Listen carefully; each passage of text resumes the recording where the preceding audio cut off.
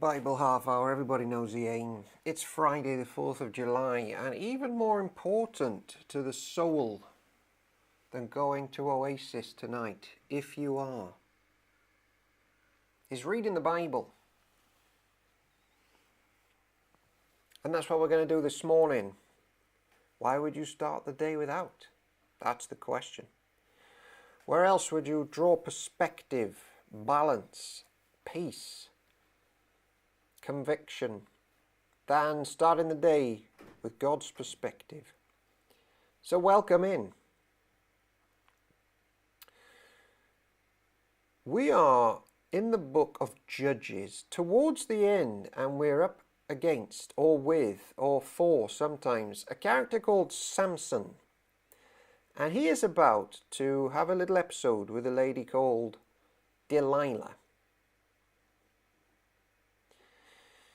And there are lessons to be learned in this story. So welcome in. Lessons about ourselves, about the Lord, and about the world. So without further ado. Oh, and if you like music, Regina Spektor. That's Regina Spektor. She has a nice song called Samson. It's not remotely Christian, but it's nice.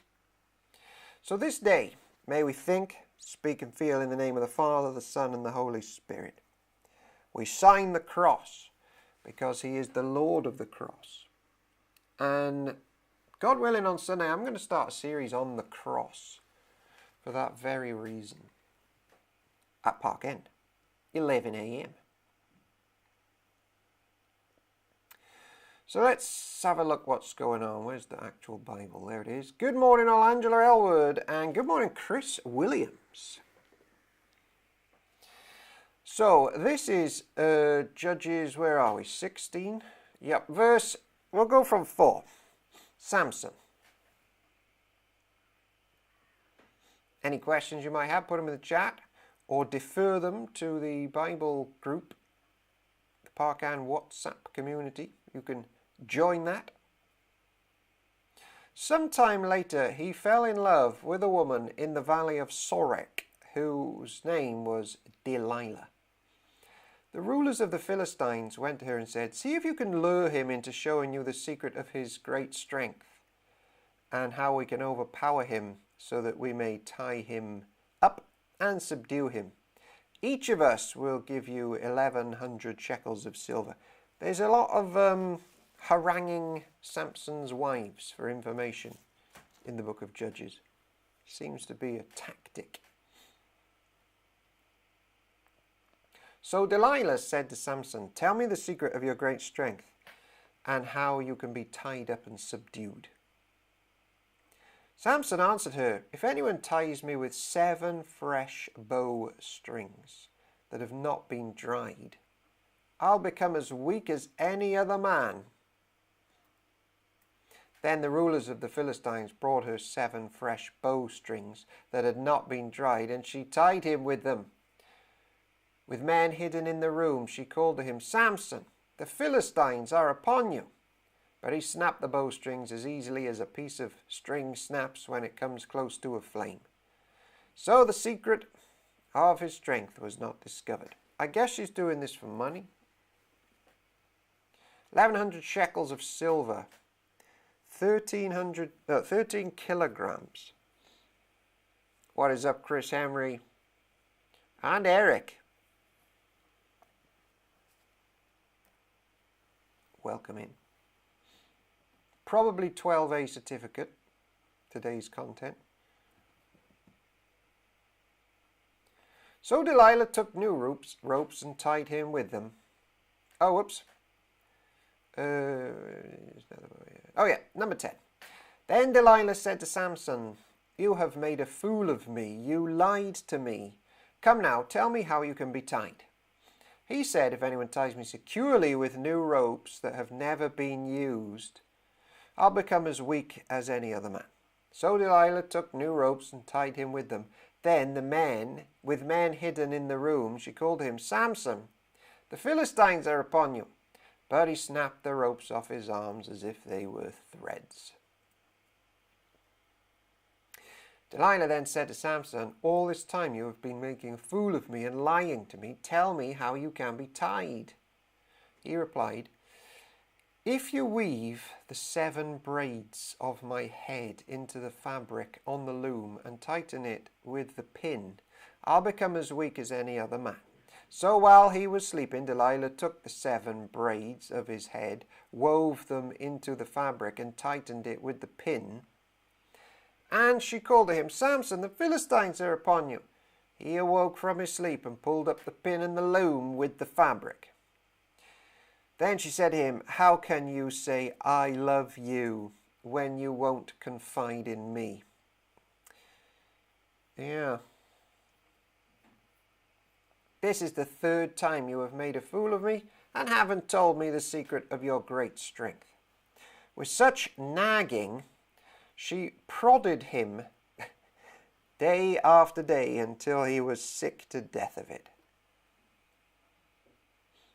So he told her everything.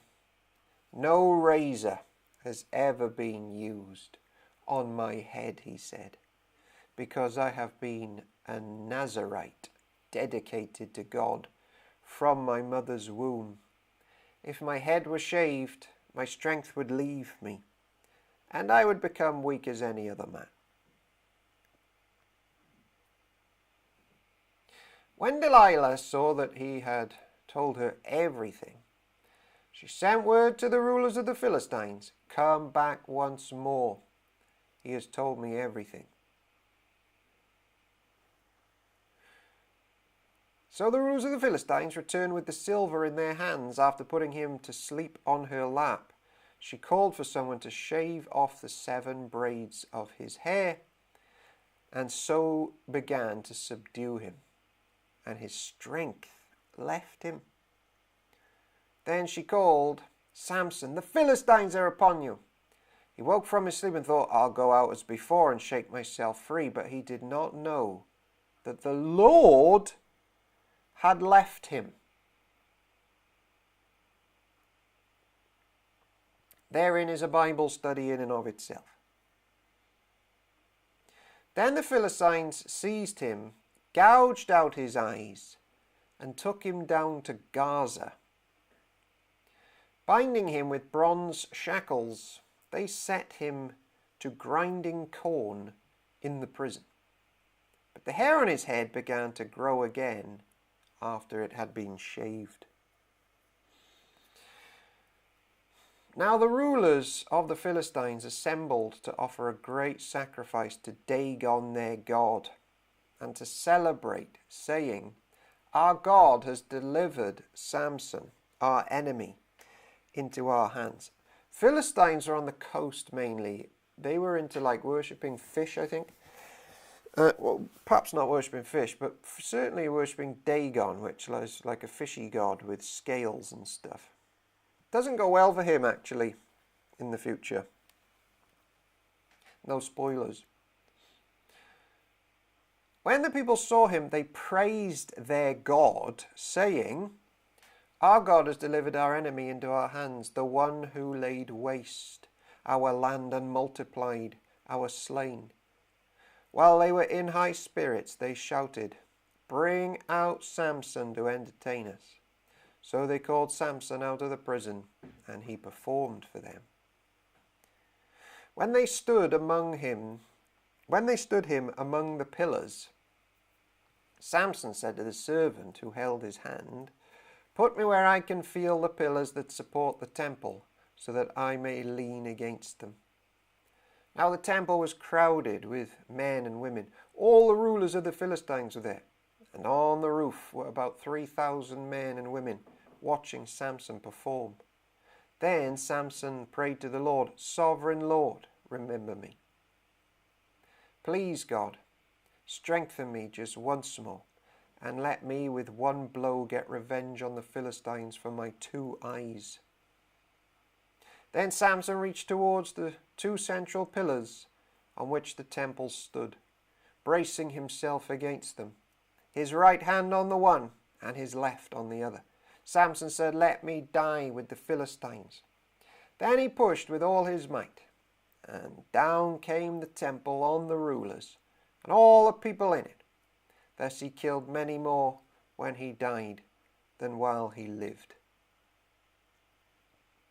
Then his brothers and his father's whole family went down to get him. They brought him back and buried him between Zorah and Eshtaol in the tomb of Manoah, his father.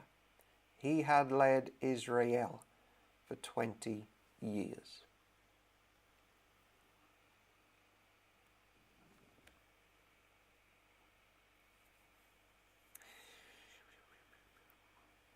Well, there you are. That's Samson. Is Samson a type of Christ? Bringing justice and judgment?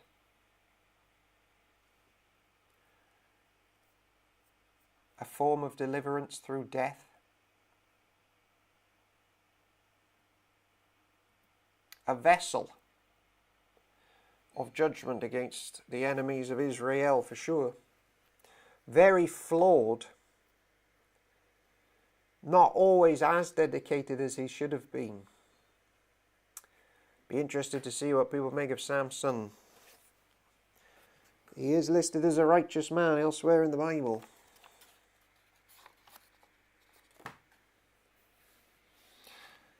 Now comes a really strange chapter, if that one wasn't strange enough.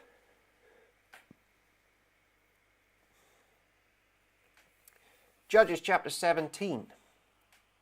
And this, by the way, has consequences, because you might think as we read this, why is the camera going blurry? Let's sort this camera out. Why is this in here? I think actually a lot of bad things spiral out of and from this camera. Not camera, chapter.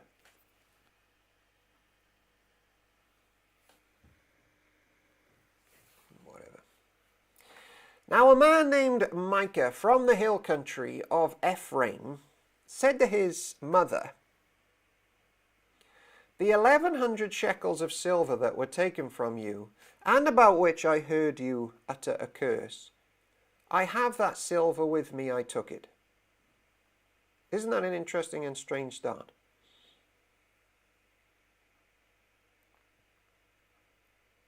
Then his mother said, "The Lord bless you, my son."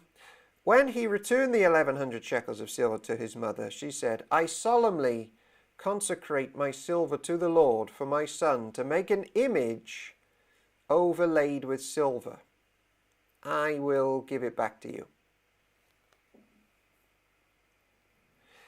So after he returned the silver to his mother, she took 200 shekels of silver and gave them to a silversmith, who used them to make the idol, and it was put in Micah's house.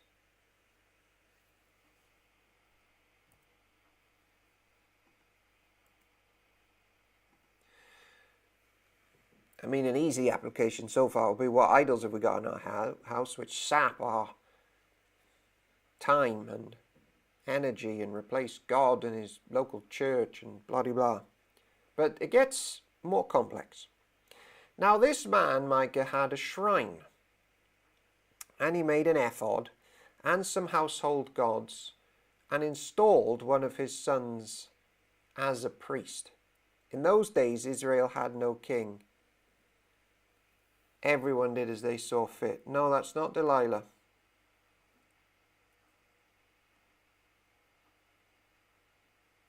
We're on to a completely different random story now. Although it's all linked under this banner of they're all doing what they like, or that Israel had no king. This is a repeated phrase you're going to see. And everyone did as they saw fit. It's just another example of this now. But what's deeply concerning here is Micah, he's got a shrine, he's got an idol. Bearing in mind, Israel, they're supposed to be very clear on what they're meant to be doing and how to worship. It's all written down for them. But it's gone so bad so quick. This dude is now installing his own priest. Like, you were with me in Leviticus. you can't just install your own priest. There are a fair few chapters on the seriousness of the priesthood and from whence it must come. A young Levite from Bethlehem in Judah, who had been living with the clan of Judah, left that town in search of some other place to stay. On his way, he came to Micah's house in the hill country of Ephraim. Micah asked him, "Where are you from?" "I'm a Levite from Bethlehem in Judah," he said, "and I'm looking for a place to stay." Then Micah said to him, "Live with me and be my father and priest, and I'll give you 10 shekels of silver a year, your clothes and your food." So the Levite agreed to live with him, and the young man became like one of his sons to him. Now that's strange as well, because now you've got priests for hire, which isn't supposed to be a thing. And all the while, what are they even doing with this shrine and this idol? Then Micah installed the Levite, and the young man became his priest and lived in his house. And Micah said, "Now I know that the Lord will be good to me, since this Levite has become my priest." Interesting how we read into things.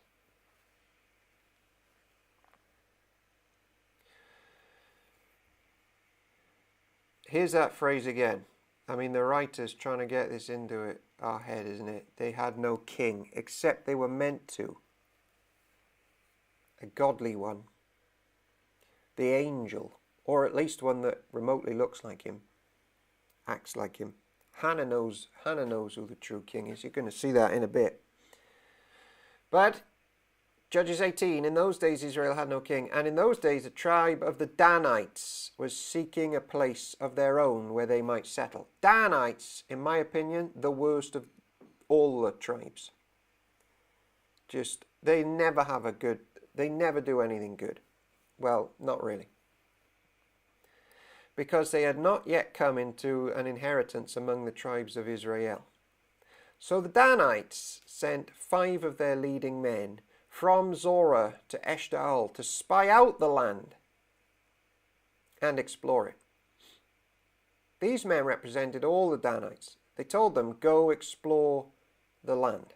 They're like a hodgepodge of like foreigners, bandits, some Israelites from all over the place, like different countries, which is fine if they were to welcome them in and then act accordingly. So they entered the hill country of Ephraim and came to the house of Micah, where they spent the night. When they were near Micah's house, they recognized the voice of the young Levite, so they turned in there and asked him, "Who brought you here? What are you doing in this place? Why are you here?" He told them what Micah had done for him, and he said, "He has hired me, and I am his priest." There was that movement a few years ago called the Emergent Church. A few books were written about them. And it was like, just do church your own way. Go on, just break off from all biblical and historical traditions. Just do it yourself. DIY church. And expect a blessing. And if some random things happen which appear in your favour, take it as a sign that the Lord's with you and it is right to turn your back on God's people and do DIY Christianity. It's a bit like this. Then they said to him, "Please inquire of God to learn whether our journey will be successful." The priest answered them, "Go in peace, your journey has the Lord's approval." So the 5 men left and came to Laish, where they saw that the people were living in safety like Sidonians, at peace and secure. And since their land lacked nothing, they were prosperous. Also, they lived a long way from the Sidonians and had no relationship with anyone else.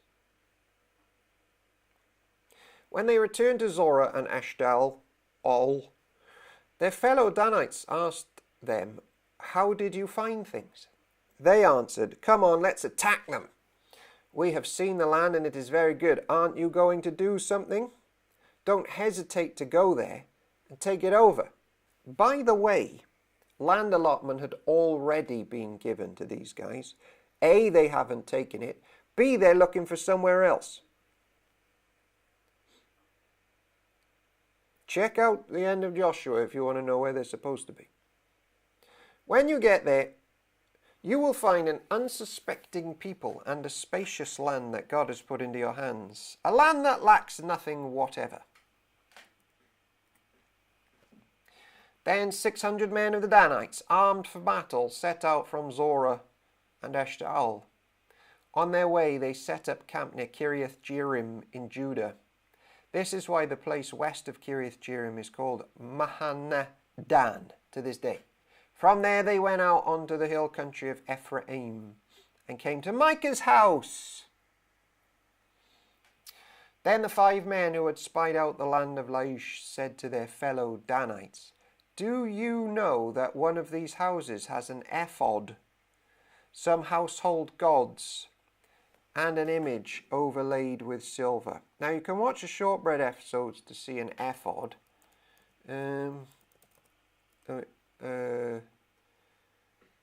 So this was the sleeveless garment worn by the priests. I mean, they got their eyes... I'm looking at it here, but I just realised you can't actually see what I'm looking at. You can throw that into the Google machine. And not only that, but household gods. So now, by the way, their one idol has spread. And the mother who initially basically broke God's commands, but, you know, with the best intent in her heart, as we say, has now got allowed household gods in her family and household. So that spreads. So there's a warning. You know, when we know the word of the Lord, but we're like, it doesn't really apply to me. The Lord will know my heart as I completely disobey him and lead me and my family astray. It'll work out all right. Well, doesn't here. And she's got the gods. And they're after them because they're overlaid with silver. Well, there's an image there with silver. So the Danites, they're after some money here. Now you know what to do. So they turned in there and went to the house of the young Levite at Micah's place and greeted him. The 600 Danites, armed for battle, stood at the entrance of the gate.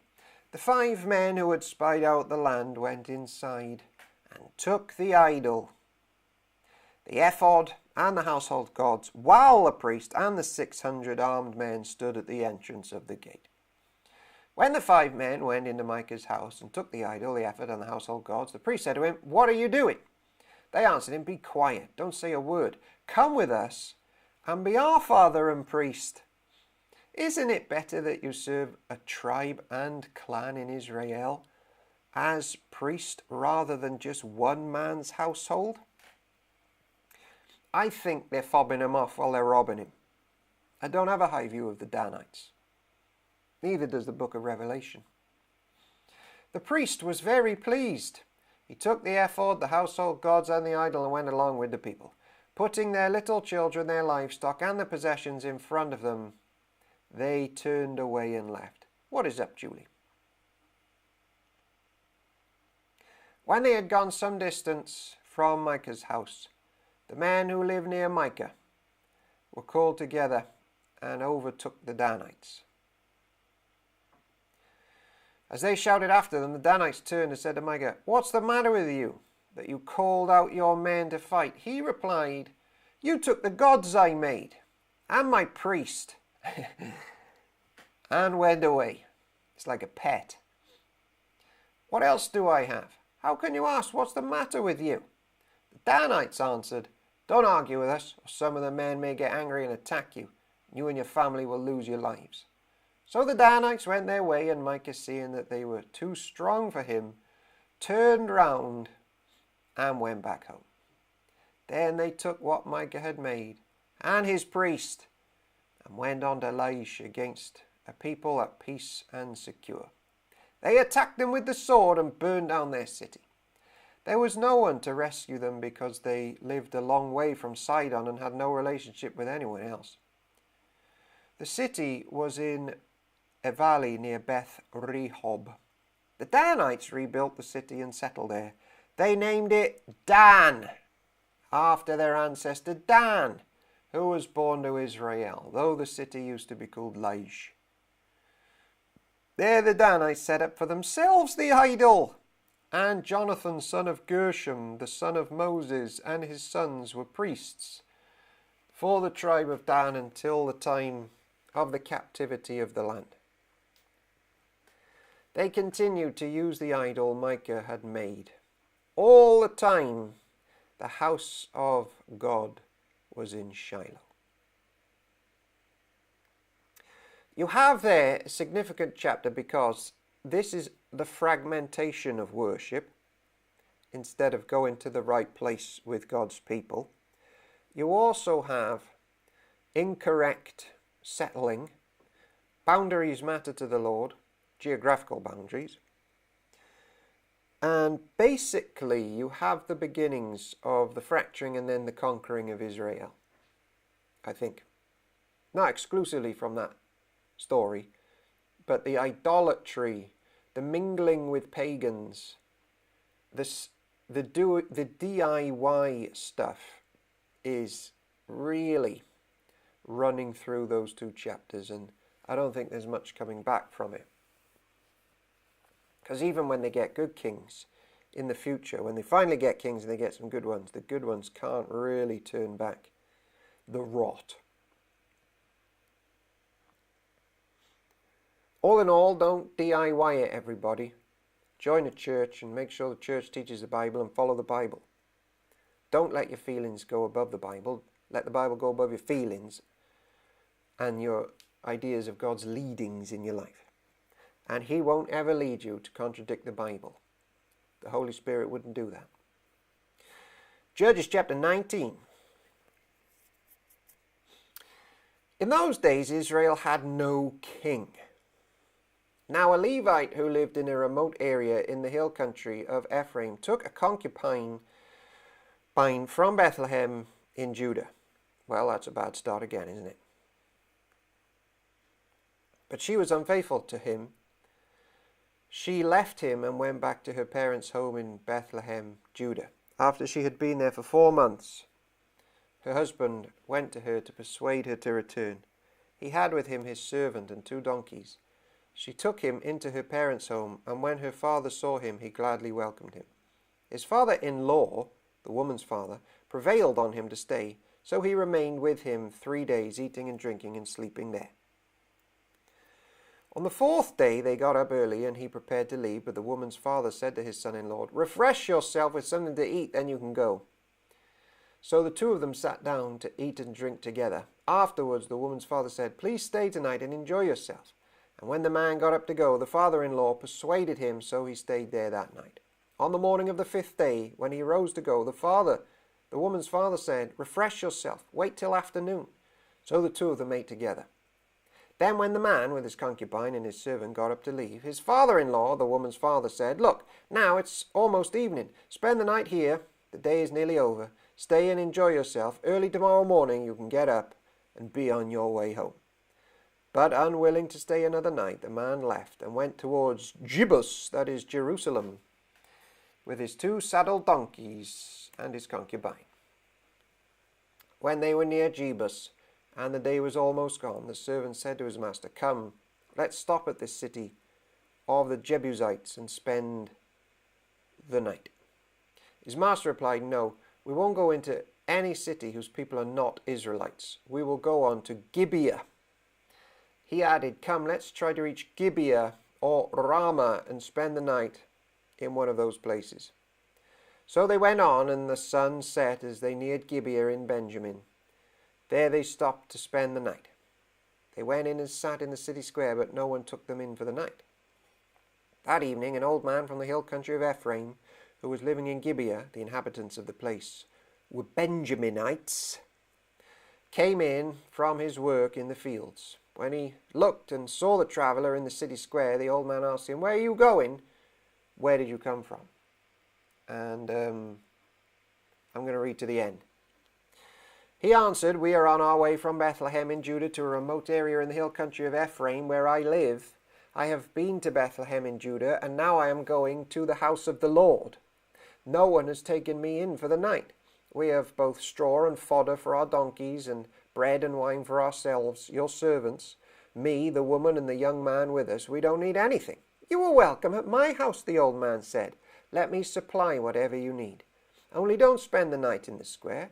So he took him into his house and fed his donkeys. After they had washed their feet, they had something to eat and drink.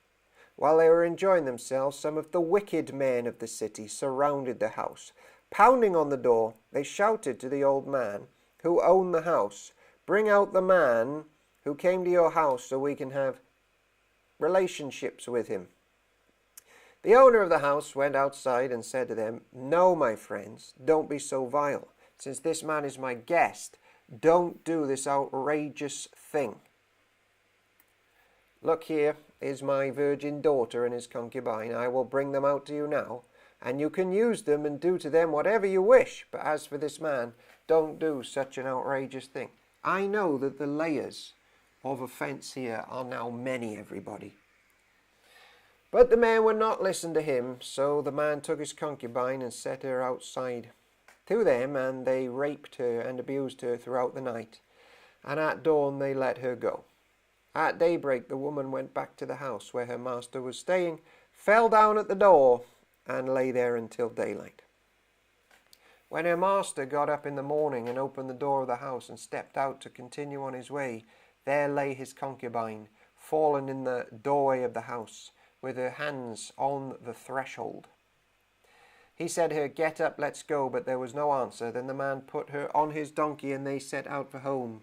When he reached home, he took a knife and cut up his concubine, limb by limb, into 12 parts, and sent them into all the areas of Israel.